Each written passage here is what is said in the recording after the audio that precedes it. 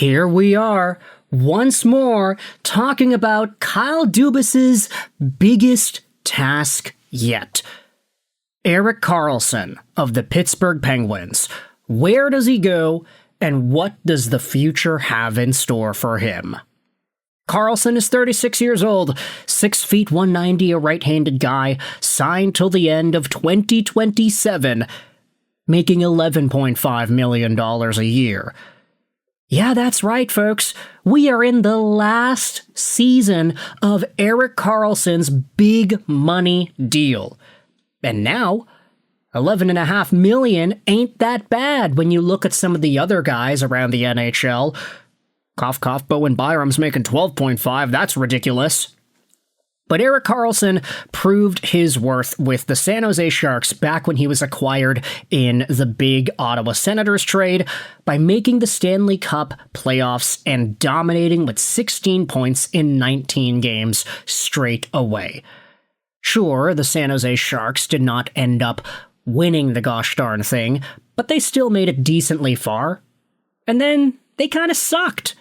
It was a few years of not really doing all too hot in San Jose for Karlsson, in between league shortages and pandemics, before the 22-23 season, where Karlsson became just the fourth defenseman in NHL history to score 100 points in a single season.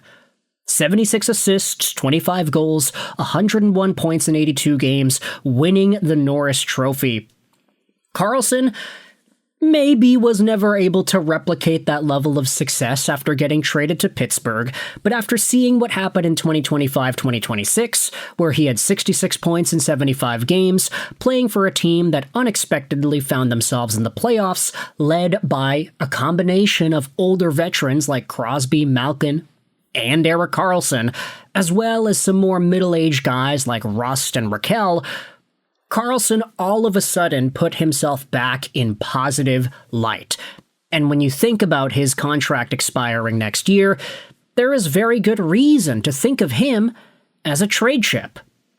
Which is why we head over to what Elliotte Friedman said on the 32 Thoughts podcast. Now, this post on the R Penguins subreddit is a little bit misleading.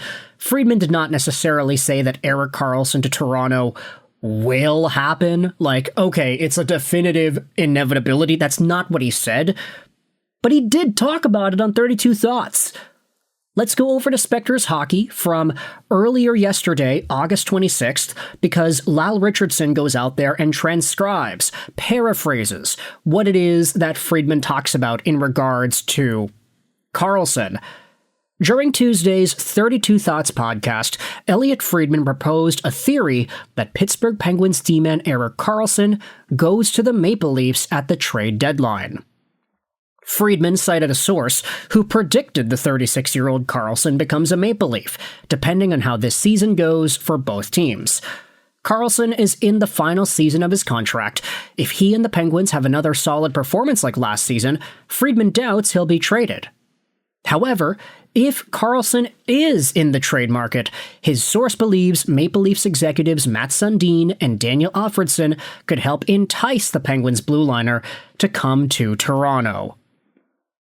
Oh boy, they could be using the old Swedish connection. They're trying to get that Swedish house mafia to get back in blue in Toronto. Hey Erik, it's Matt Sundin calling. Hey Erik, it's Daniel Alfredsson. Please come play with us. You could be with Nylander. How does that sound? Now, of course, that is one side of the Erik Karlsson connection that you could say might exist with Toronto. There also is the Kyle Dubas connection that exists with Toronto too. Would he be interested in sending Erik Karlsson over to the Maple Leafs? Honestly, I think the answer is really just going to depend on Erik Karlsson. Right now, the guy has a full no move, so wherever he gets traded to, it's going to be where he wants. But the one thing that we have known about Kyle Dubas throughout his entire time in the National Hockey League, from his opening days in Toronto to now in Pittsburgh, if the player wants something, Dubas will give it to him. And I'm not saying like, okay, well, Dubas is a bad negotiator, he doesn't do his job well. It's not necessarily that. Yeah, sure, you could say Dubas got totally walked in the Marner and Matthews and Nylander contract situations with the Maple Leafs all those years ago. But what's also been evident is that when players desire something, when they feel like they want to leave Kyle Dubas's team because they want a better opportunity elsewhere or they want to go to a specific team, Dubas will almost always oblige. He is a player's GM. He is willing to provide players with what they want. He does not want that animosity built up. Hey, I wanted to go here to finish off my career, but Dubas wouldn't trade me there. Nah, Dubas will get it done.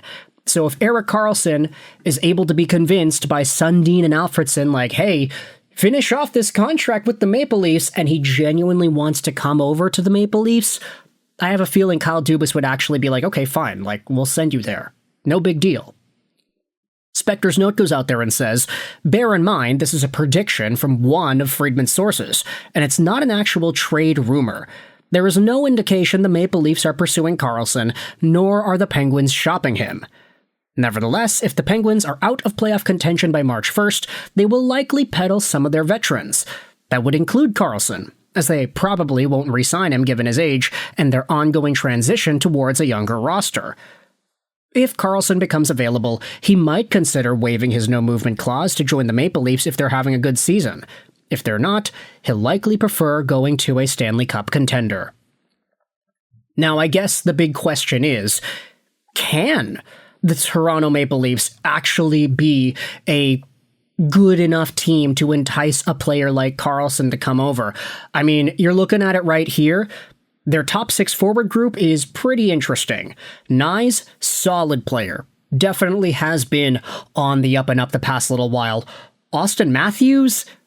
I'm not too sure how we can talk about Matthews at this stage. I know he just captained the team to Olympic gold, but then again, his Toronto Maple Leafs league play has been hit or miss the past few years. Jack Roslovic is listed as top-line right wing, which is kind of funny to me.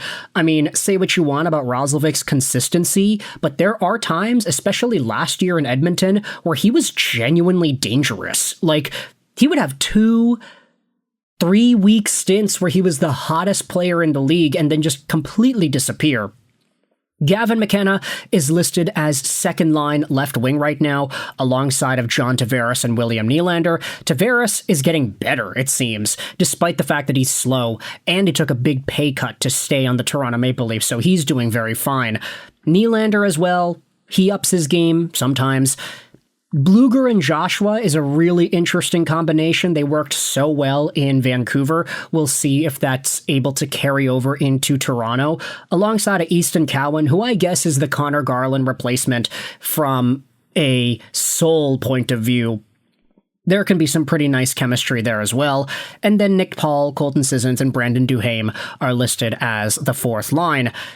This power play looks pretty interesting with Darren Radish manning the blue line. We know, of course, that Radish had such a good year in Tampa Bay this previous campaign.